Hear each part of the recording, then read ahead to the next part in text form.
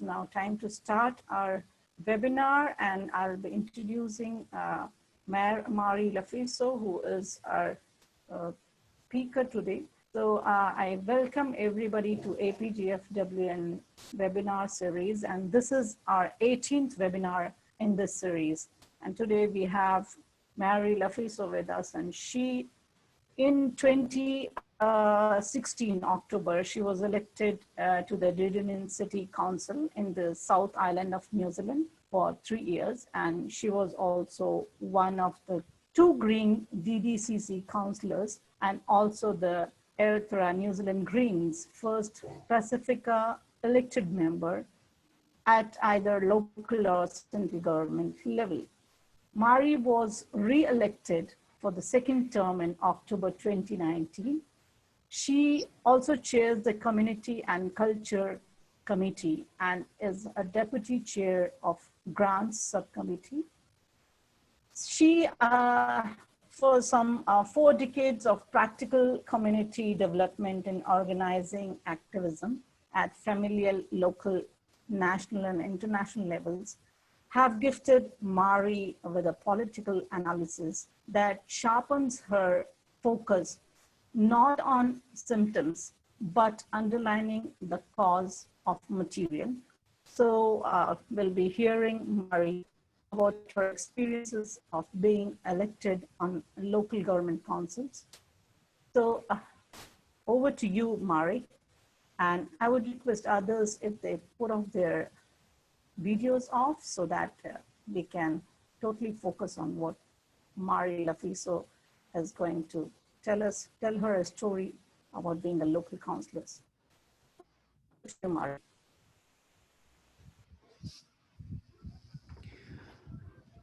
Thank you very much for the opportunity to speak as part of this series. First of all, I'd like to acknowledge the Tapuwai, Hawea, Ngāti Māmoe, Waitaha and Ngaitahu peoples, the indigenous peoples of the region in which I live. And also I would like to acknowledge Metiria Ture, our former co-leader of the Green Party, who has whose career in politics was ended in 2017. But Metiria is finding a new life and as an artist, but she was also one of the speakers at the memorial service held for our former co-leader, first co-leader, Jeanette Fitzsimons, who passed away in March this year. I also would like to acknowledge Rachana and all the women of the network, especially I said I would be involved in this webinar series some months ago, but it took me a long time to respond. So thank you for your patience. And I would just like to acknowledge all the women, but also especially the women of Japan for today being Hiroshima Day, and the pain and the grief and heartbreak that even though it happened 75 years ago, it is still with us in our world. So I just want to acknowledge the destruction of war on the people of Hiroshima and Nagasaki in particular. So this is my 4th year as a local government politician, but I still think of myself as an activist. So it has taken a period of adjustment, and I guess I'm still adjusting. I never would have expected to be a politician, even though we as New Zealand-born Samoans, my siblings and cousins and I, were raised with the expectations of succeeding in the New Zealand education system, to go to university, to get a degree, and then go and get a job in the government to serve the needs of the people. We were quite rebellious, and we did not actually start completing our tertiary qualifications until we were in our 30s.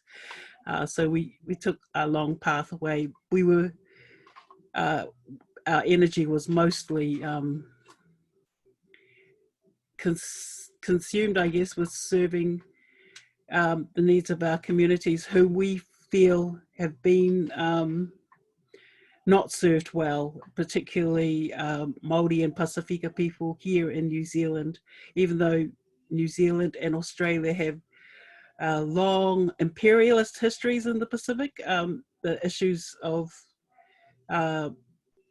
social equity and justice are still not in balance yet. And I guess that's why we do the work we do, not only on a national, but also hopefully on an international level in some ways, to try and restore the balance in terms of the colonial histories of our nations.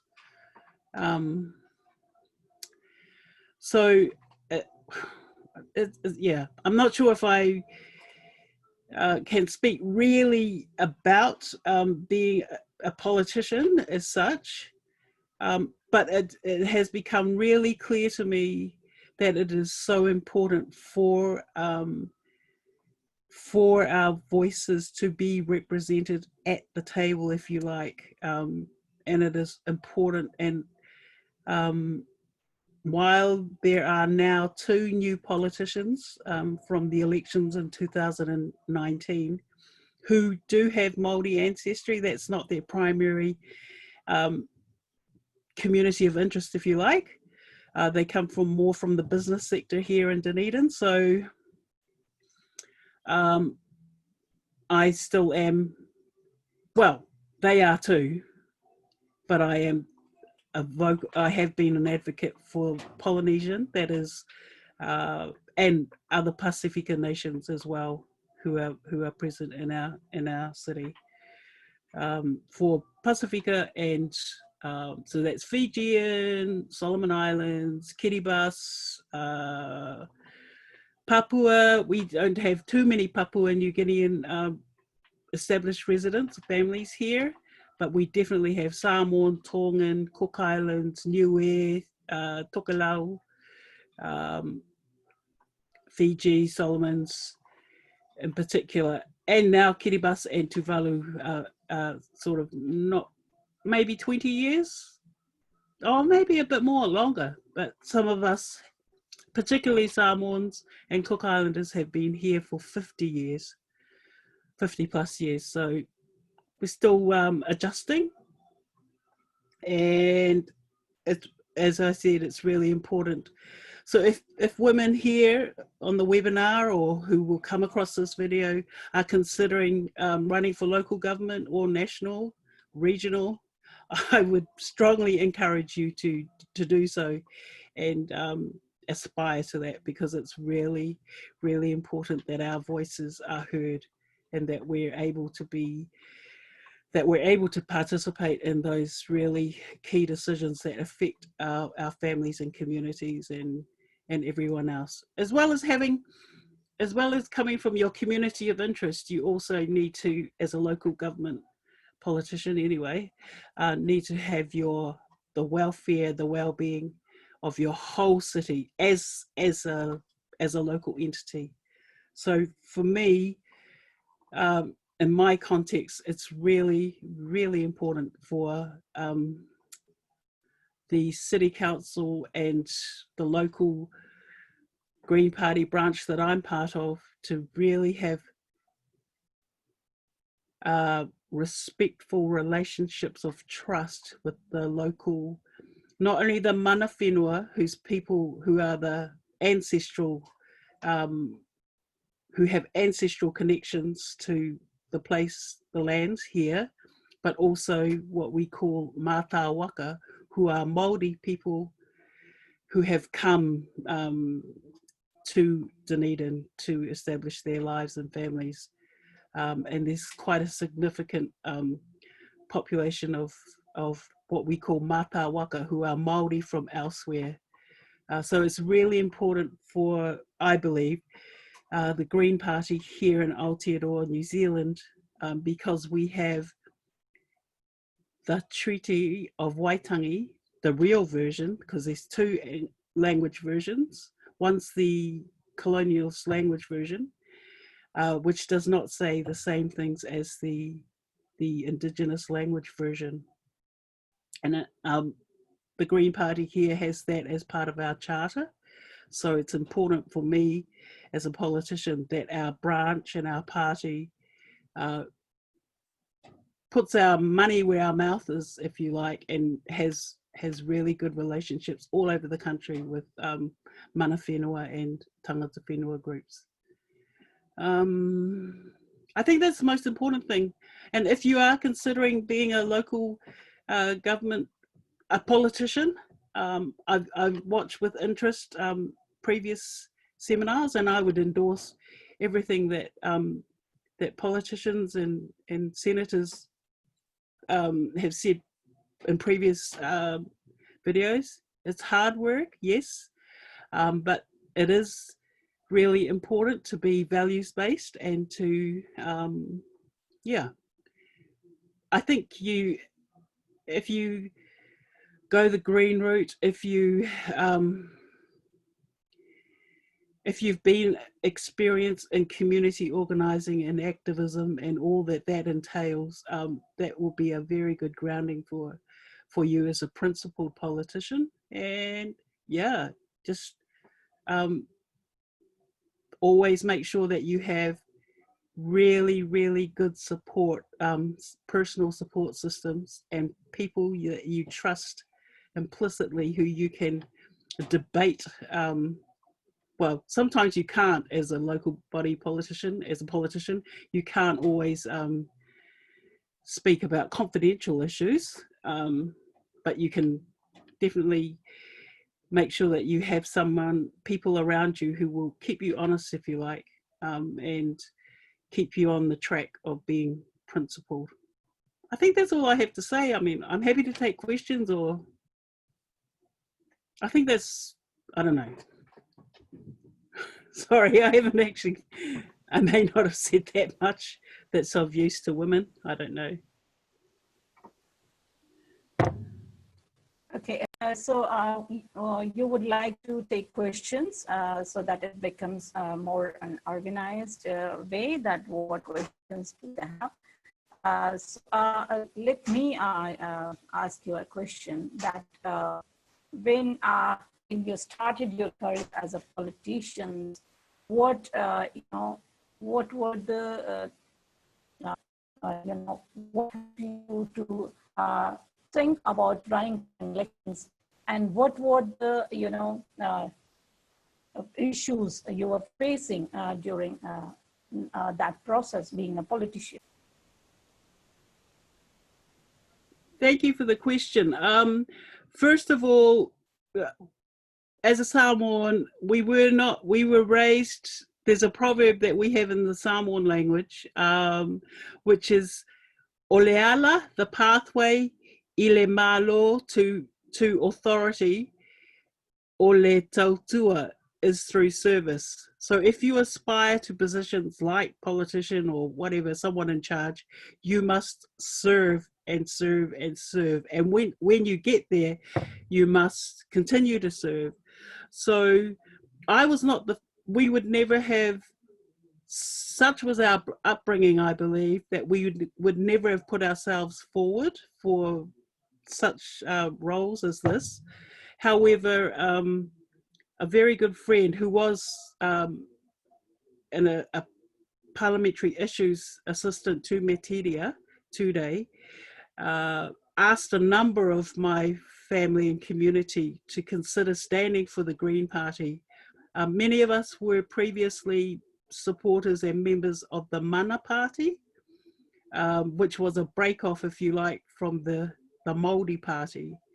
And if you are aware of anything of New Zealand politics, the Māori Party was established once the Helen Clark-led government enacted the foreshore and seabed legislation, and many thousands of Māori and their supporters protested in 2005, I think, or 2004, and that led to the formation of the Māori Party. And then when there were divisions, Hone Harawira, who was a Māori Party MP, broke off and formed the Mana Party. And so some of us in the community that Suzanne asked to consider standing for Dunedin City Council elections were part of, not all of us, but were part of them, had signed up to Mana. So when Suzanne asked us, she asked about 6 or 7 of us. Some of them never replied, and some of them just said an outright no. And I had said, well, ask the others first and see what they say. And if they say no, well, then I'll step up.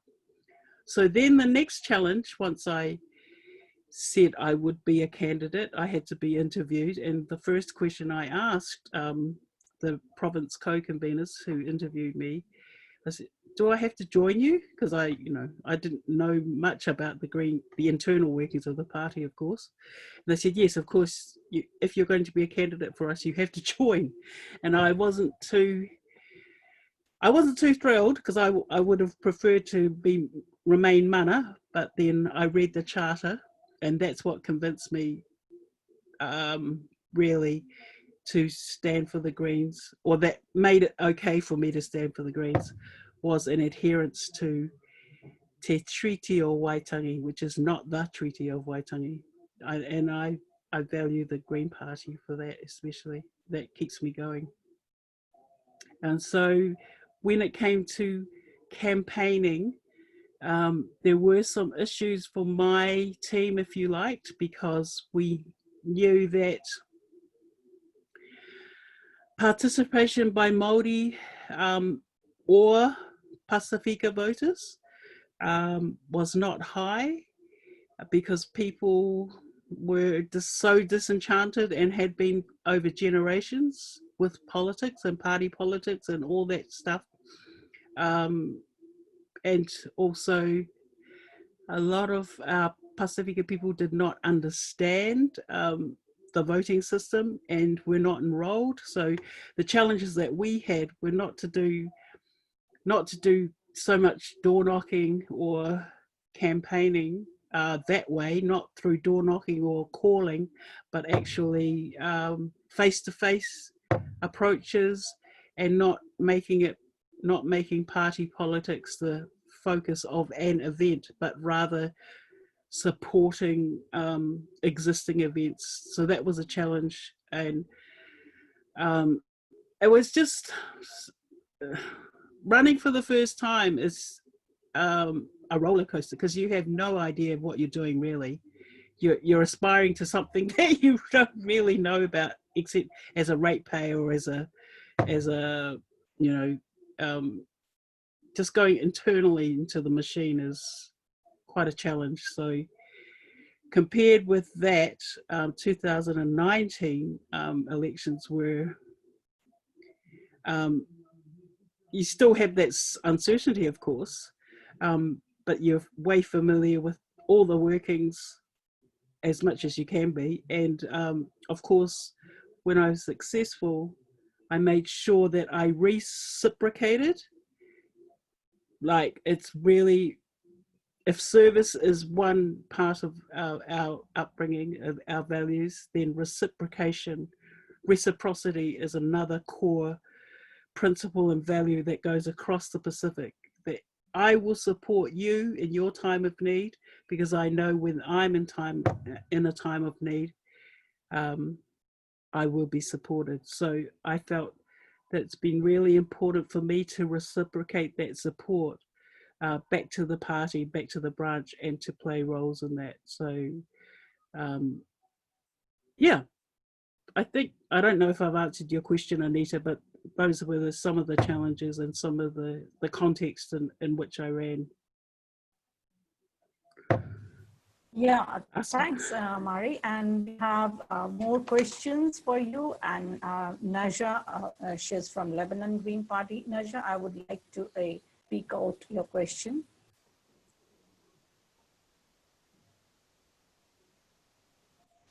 Yes, thank you, Anita. Greetings from Lebanon. We just had a mini Hiroshima 2 days ago in Beirut, our capital, and we are in a devastated situation, just to put you in the context of what's happening in Lebanon.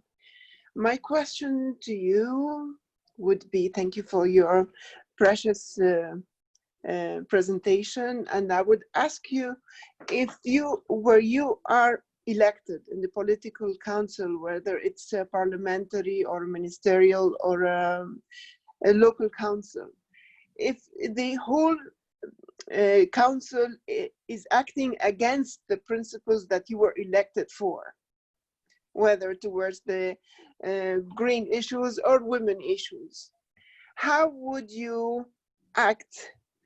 Would you act democratically, and would you agree with the majority of the council, or would you resign if things go against your principles, or would you choose another different action?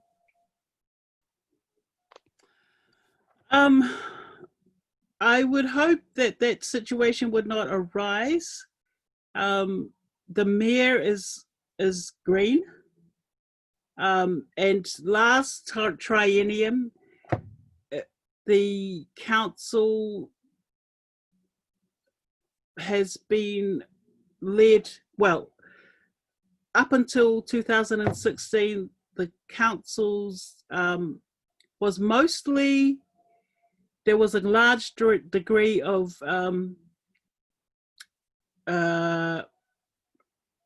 consensus, and although not as radical as we would like in the Greens, it was a reasonably progressive council. This time around, there are not so many. We're not going to go backwards, but it is a struggle to in terms of the debates, and I think hopefully once the people who are more conservative or to the right more, hopefully they will settle down. I don't know, but so there's 14 councillors and the mayor, and most of the time in the 2016 to 2019 triennium, the votes were largely 14-1. Now we've lost a couple. When I say we, I'm saying the left, I guess, Labour and Greens, and undeclared independent people. We've lost a couple of votes. They weren't key, but it's, I guess, challenging us to try and convey our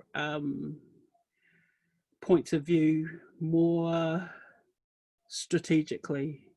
So I don't think it would come to that where I would have to resign. I'm very pragmatic. So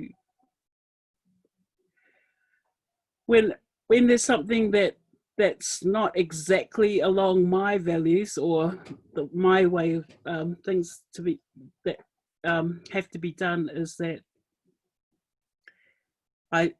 my practice, I guess, is learn to fight another day, and also it's very clear. It was very clear to us as new politicians in 2016 that we only employ one person. We only employ the CEO, and therefore, even though we come from operational backgrounds of running our own businesses, not me, but people like that, and or running not-for-profit organizations, community organizations.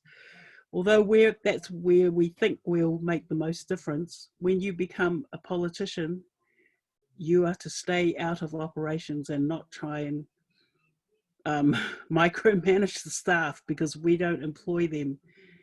The CEO employs them. So if we have an issue with operations, then we have to go through the CEO. So I think that makes our job easier, but some people can't help themselves and do want to meddle with what the staff are doing. But I perhaps I'm being naive, but I don't think that that would happen in this triennium, that there would be an issue where I would have to consider resigning. Thank you, Marie. So you wouldn't think of lobbying around? I'm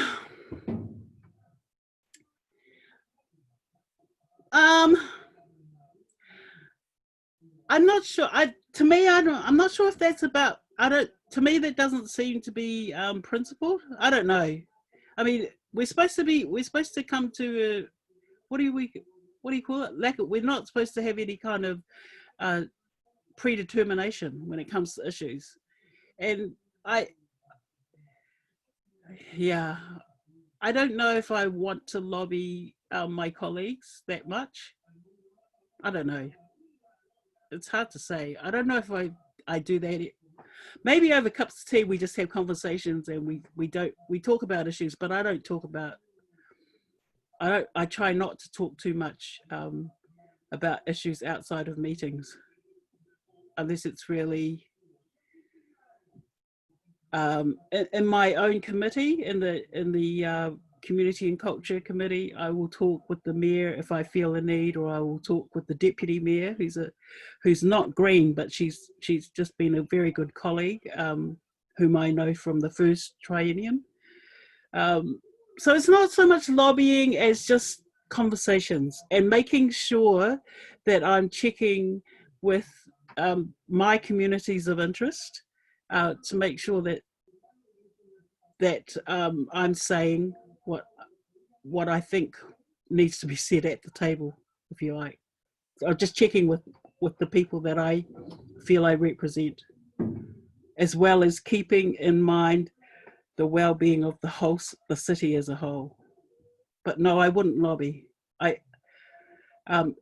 Before I came to politics,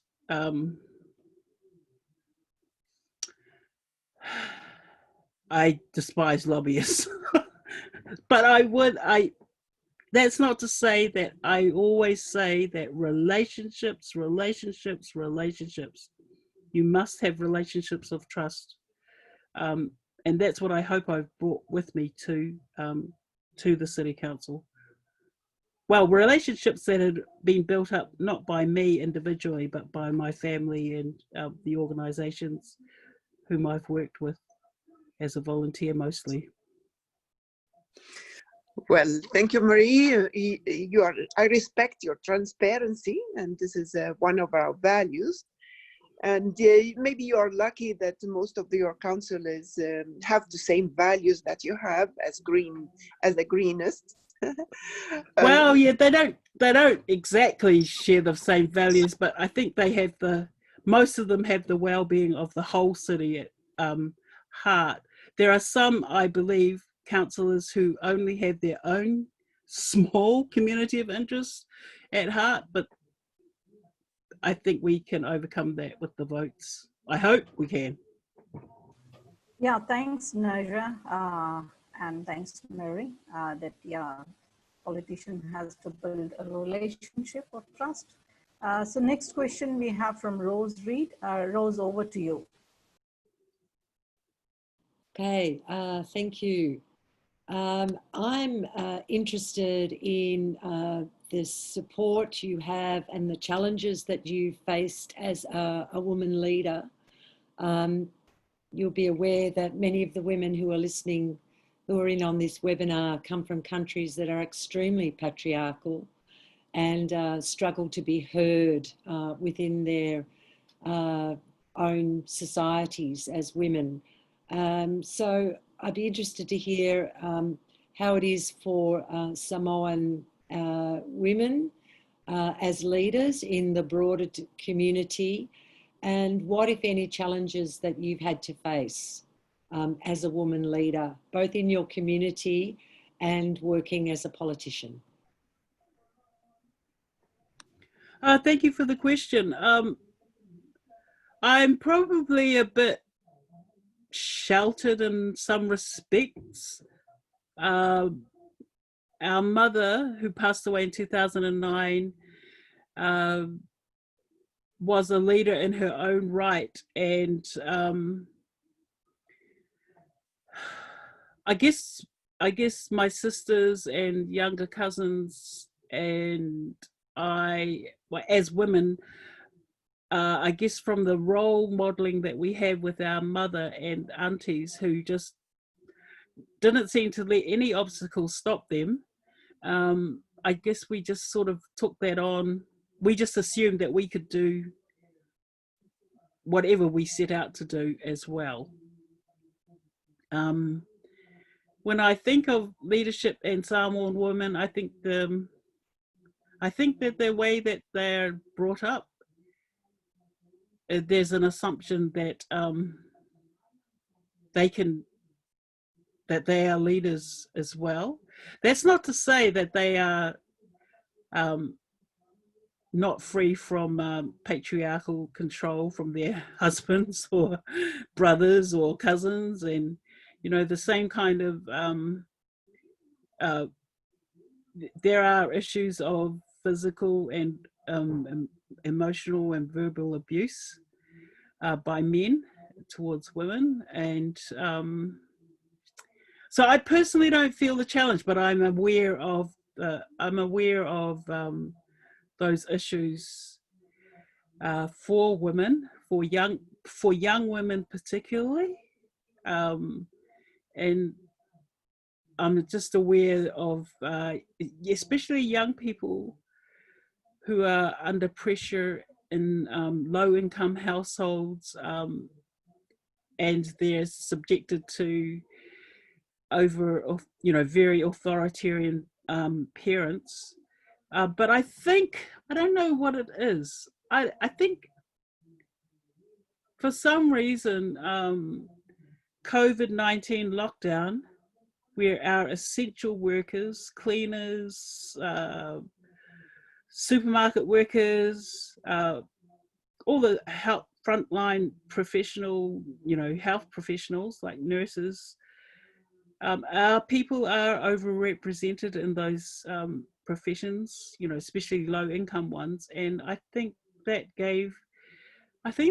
in some respects gave energy to those, particularly the young ones who are at high school, working at supermarkets and part-time, and that's given some of them a voice, a platform to actually highlight those issues and challenge not only, racism at schools, but also the authoritarian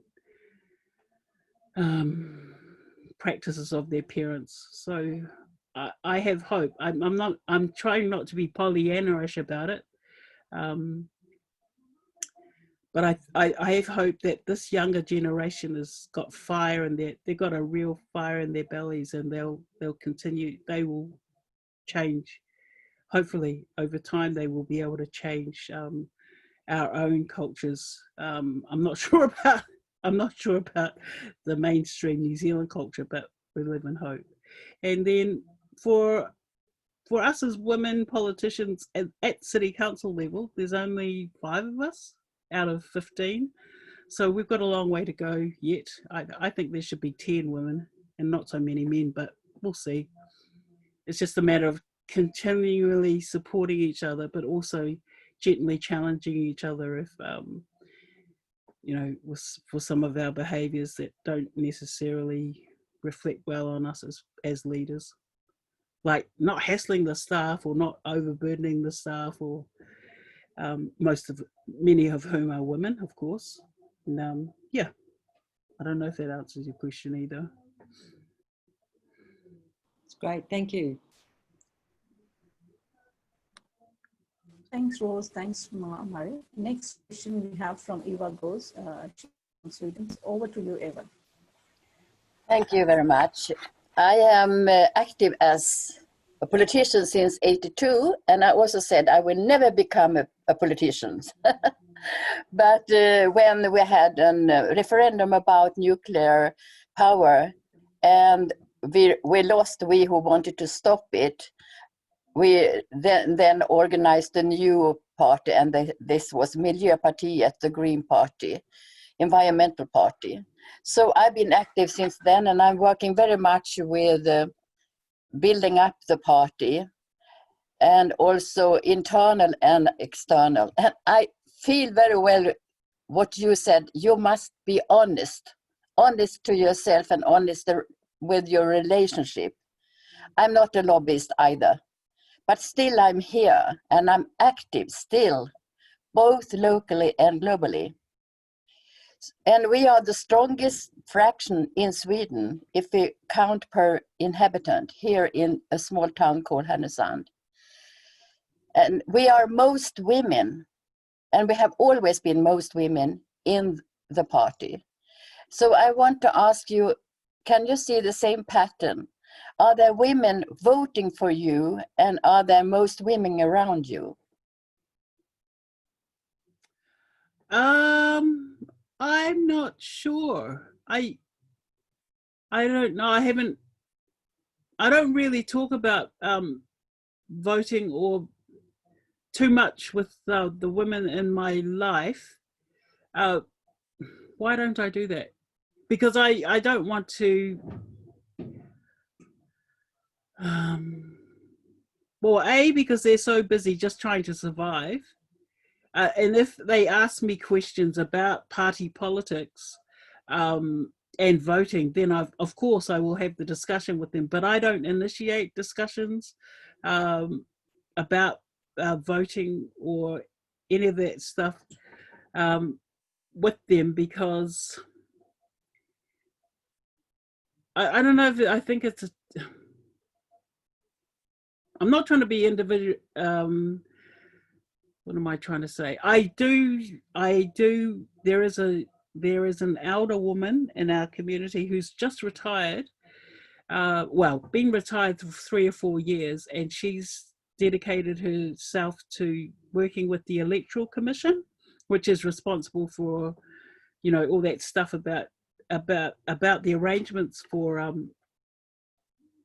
elections and ensuring that people are aware of the need to vote and register as voters. So I feel that my job right now as a politician is to support her and make sure that she's in touch. I try and put people in touch with her. Right now, we've been doing a piece of work on making sure that there are speakers of Pacific languages and Māori, and the Māori language, that are enrolled to work on the polling booths. Yeah, so it doesn't come up to, not about voting specifically. So I'm not sure how many women vote for me. I'm just grateful that they do. No, that, But for the party then, if you look at Yeah, okay. is it, We've got a lot of active women. But I think it's quite even from what I'm aware of. Like we have on our books, maybe, I don't know, 300 members, but not that many active. Maybe we've had a branch meeting where 30 or 40 people would show up, but that's rare. And in the branch executive and the province executive, it's probably a 50-50. I think it's a 50-50 split. I'm not sure. I haven't counted up how many are female or how many are male. But we're very hot on gender balance. So yeah, I think it's even. I don't think it's male, female dominated yet. It's more women here, but it sounds, we are around 200 and there are about 20 active. So it's like that, 10% are really active. Yeah. But if you look at this, do you have statistics for the election, and you can see if there are women or young women voting for you? If you look backwards, can you see that in some official statistics? I'm not sure. I don't know if we keep those figures. No. Okay. In Sweden, it's most young women. Okay. Well, that's good. Thank you. Yeah, thank you. Yeah, thank you, and thank you, Amari, for the question and response. So there are 10 more minutes to go, and I'm going to take 3 more questions. So we have a question from Dr. Apeksha from India. So Dr. Apeksha, over to you. Thank you, Anita ji. Hello, ma'am. It's Dr. Apeksha from India Greens Party. Ma'am, first of all, I would like to thank you for such a great interactive session. I mean, you are an inspiration in my career to become a successful woman politician. I'm really thankful to you for that. Ma'am, it is really great that councils are considering this this initiatives wherein they are increasing the women participation at political and also the community level. I would like to ask you, ma'am, what you did differently for the people to support you? Were you always a popular leader, or the support was mostly from the women? And the second question is I wanted to know the strategies to win the election as a woman. Thank you, ma'am. Thank you for the question, Dr. Apeksha. It's actually not the women as such, but the Green Party. So Okay. I stood as a Green Party candidate alongside Aaron Hawkins, who's now the mayor. And what is so exciting to me, I'm Dunedin born and bred, and I know it's a funny little town at times, and New Zealand is a very racist country, and so Dunedin doesn't. Dunedin also sometimes suffers from that. So, but I am very grateful to have, with the Green Party support, have made it to council on my first attempt. That doesn't always happen for every candidate. And the strategies, I guess, it's a very seasoned branch that runs the campaign, and they're very experienced, and we're very fortunate in having the people that we do in the branch, and some of those key people are men. But again, it's having relationships of trust. And what else was you? I lost focus on your question. So Ma'am, it was wasn't mostly women. about the strategies to win the election as a woman. What all strategies one should follow? Well, for me, as a New Zealand-born Samoan, it was very important. My mother's was a teacher, and Great. as a young teacher, she made a decision not to speak Samoan to us at home, so we don't have the language. Okay. But we were raised with very good relationships with our elders, and so when it came to campaigning, it was very important to go to the elders and seek their support and endorsement.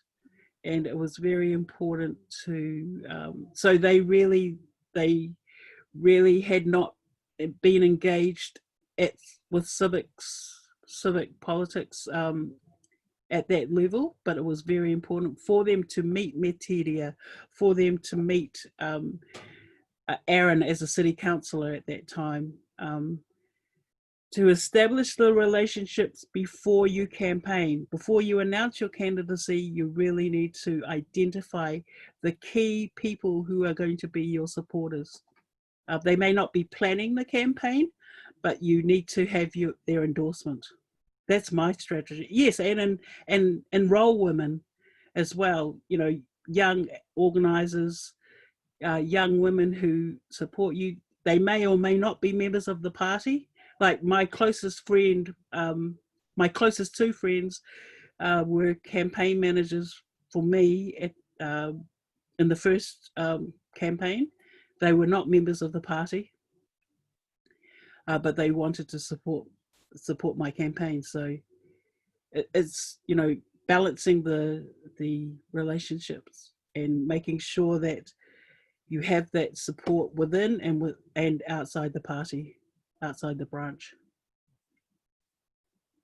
And so at times in the first campaign, because we were what was called a big G campaign, which had endorsement and support, financial support particularly, from the national body, we were a big G campaign as opposed to little g, which was members of the party or supporters of the party running as independent candidates.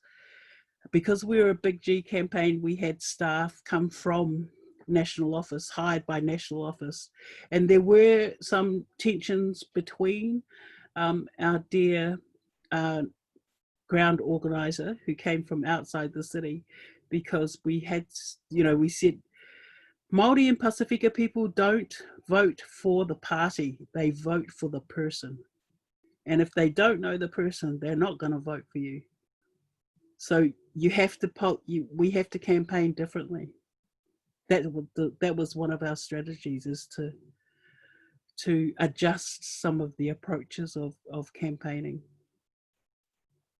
I don't know if that answers your question. Really, thank you so much. It really helps. Yes, thank you very much.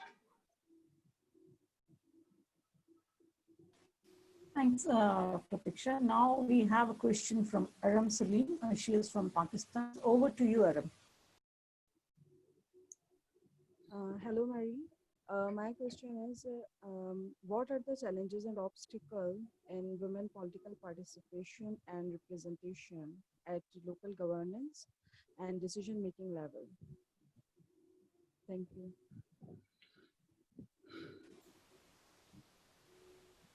Well, first of all, I mean, I don't know if you know anything about young Aaron. That's what I was going to say before. Even though Dunedin has its drawbacks, I'm so proud that Dunedin has seen fit to elect a young man who does not drive cars, who's only 36 and has a young son. And I'm just so proud that they saw fit to elect a Green mayor, a young Green mayor. And he is in the first term, I learned so much from him, just observing the way that he practiced politics. And he reads everything voraciously. Some of us do not read all the papers because, they can't be bothered, some of us. I'm not saying I don't, but I know that there are some of us who only open their council papers on the day of the meeting as they're arriving, and they have left the envelope for a week. I don't know. But anyway, so you must read your papers and understand the questions that you're going to ask. So when we come to council meetings or committee meetings, we have read reports, then we have understood and we have questions to ask the staff. So before we enter into debate, there's a question time so that we can ask questions of the staff. And then people can have the option of moving a motion, and then we speak to it. So you ask your questions to start to form your speech about what position you're going to take on the proposed motion. So I don't know if it's obstacles. Well, the main thing is being strategic and long-term, and sometimes you're not going to get the outcome that you want on a particular day, but you understand that it doesn't matter if you lose that vote, because the need to keep momentum, going forward with the momentum, you will have a positive outcome in the end, if not that day. So I wouldn't call it an obstacle. I think the main thing is to practice politics, because what I've seen is, what I understand is that politics seems to be a performance art for a lot of people, and I'm not sure if they're actually, making speeches and claims that just for the sake of it, or they actually genuinely have a strategic outcome that they're going for.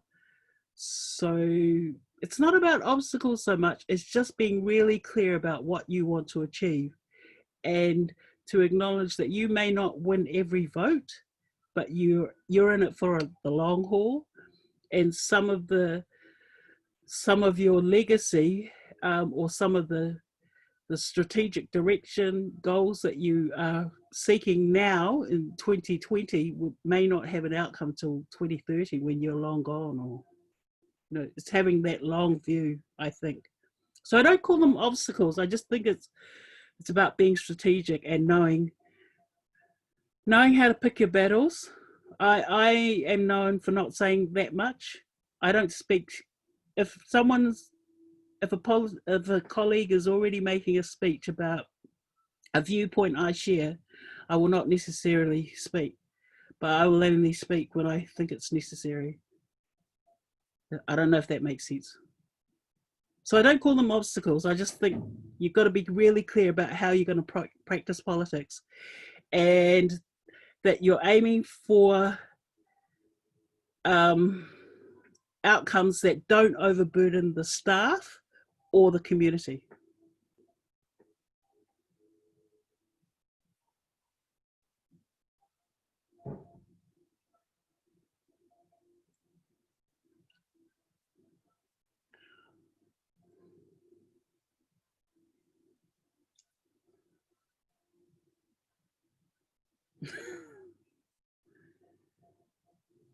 Do we need another question?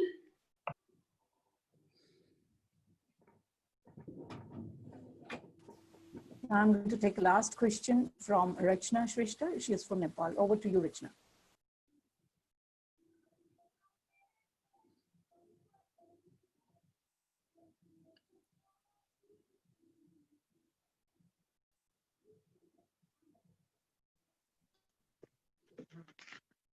Hello, thank you very much for the question. Sorry, I was on a mute before.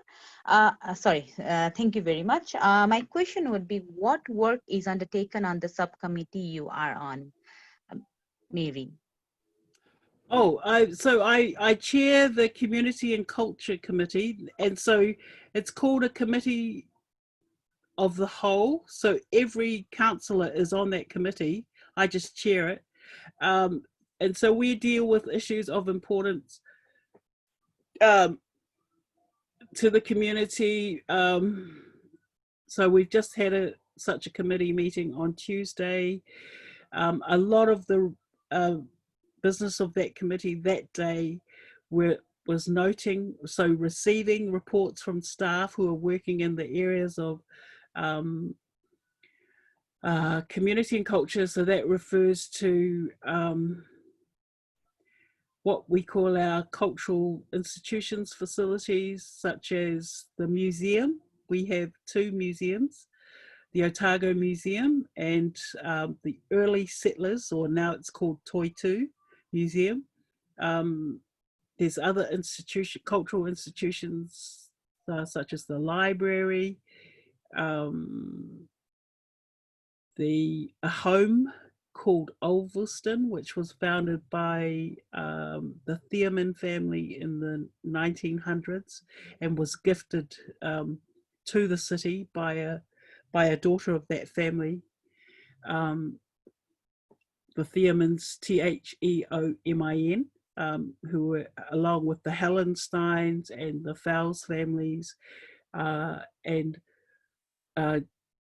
Jewish migrant families that came and were at the center of the commercial heart of Dunedin, which was in the 19th century the commercial capital before Auckland took over, if you like, of the colony here in Dunedin. And yeah, so we deal with what's happening in that space, what's happening to visitor numbers, tourism. We received submissions from residents who are interested in us solving or trying to assist them to solve a housing problem, which is rampant all over the country. We heard a submission from a man who has helped to establish the New Zealand Hall of Fame. We heard reports from members who are still at high school, two young people who are the chair and deputy chair of the Dunedin Youth Council. So that's what community and culture deals with. issues that are important to the community and reports from our staff who are working in those areas. And then the subcommittee I'm on is the grant subcommittee, and I'm deputy chair of that, and that's where the City Council as a funder has a number of funds. We have community funds, we have place-based group funds.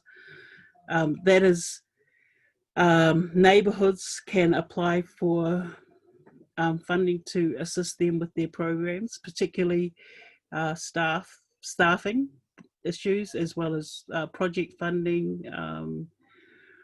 We have a number of biodiversity funding, waste minimisation. So we have a number of funds that the City Council administers, and we pay from ratepayers' funds. So we're very careful about how we proceed.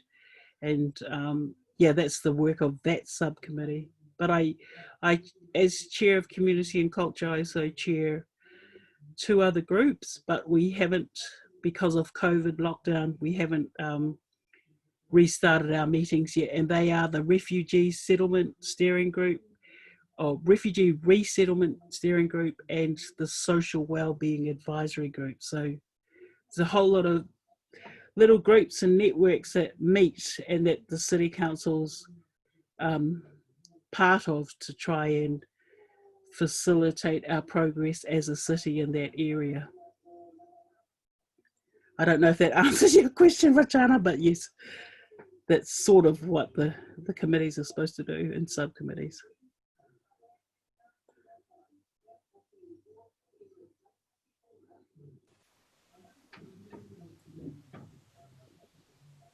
Rachana, I think you're on mute.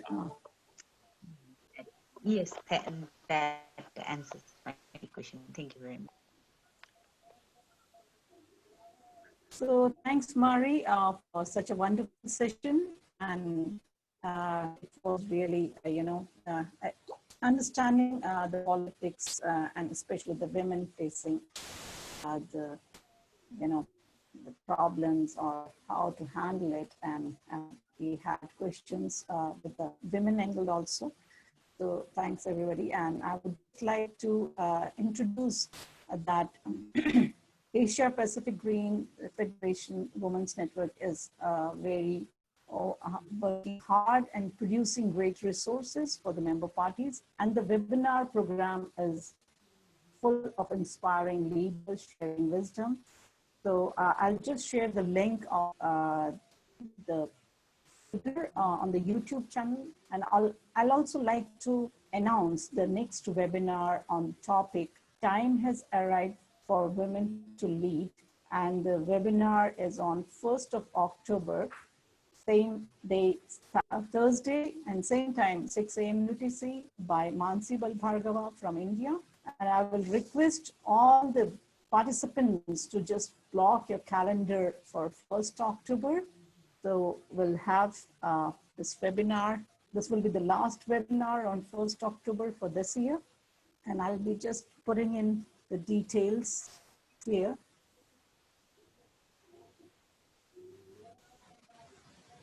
I don't know, my internet connection is on and off, so yeah. So here you go.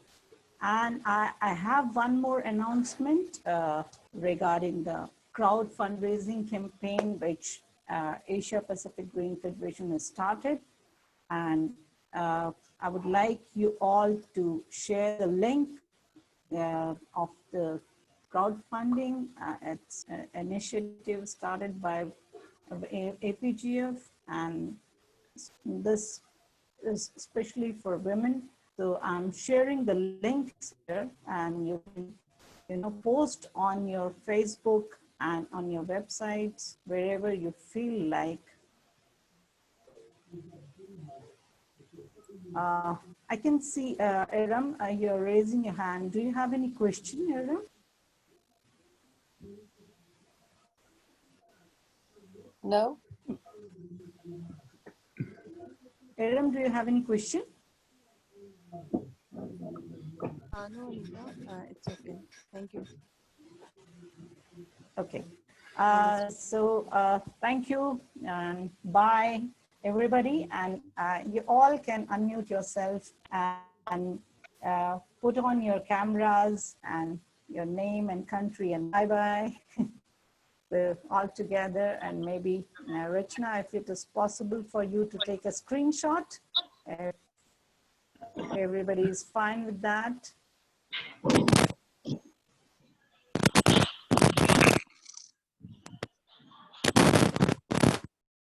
I'd like to thank you, Mary, for the wonderful morning.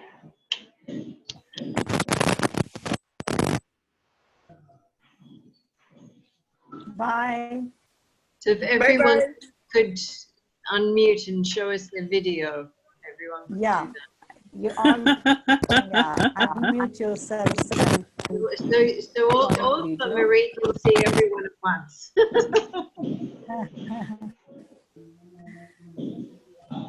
Such nice faces. Bye. Bye-bye. Bye-bye. Bye-bye. Thank you, Marie. Or Bye. Aloha nui to you.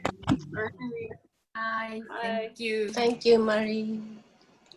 Thank you, Marie. See you. Bye. See you.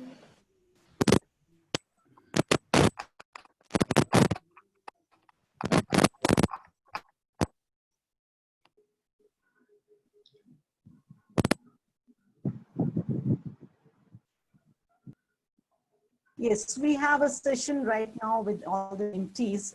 So I would, sorry, it was just late. And if all the mentees could stay back for the session.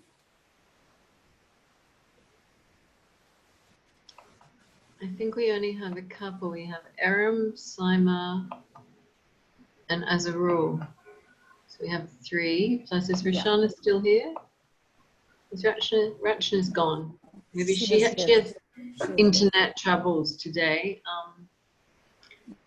Yeah. Yes, Michelle, I'm here. Hello, how I'm are Anita. you? Hello, Hi, Azarul. hello, I am fine. I'm so sorry the signal is not so good, so I sometimes like loss of connection. It happens, don't worry. It happens to all of us. At the moment, my internet's not working and I have to sit plugged right into the router. I've got problems. Yeah. But nice you could join us for the first time, hey? That's nice. Yeah. Thank you for the opportunities to Anita and you too. Thanks to including me in this program. So thank you very much. I learned many things. Great. Well, I'm going to message Rachana to see if she can come back. Okay? Yeah. And we have, I think, Hideo from Japan and Bharti, I think, from India. If they could leave the session, because this is a closed session for only mentees. A different meeting. Hideo, we finished the webinar. This is now another different meeting. So if you want to log off, nice to see you. And thank you very much for joining.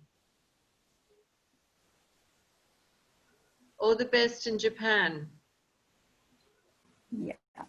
You just need to click on end. It will be right at the bottom of your window. Rachana is back. Okay. Hello, sorry, my internet connection is not that good today. Yeah. So I'll just put off the recordings right now. I'll stop the recording and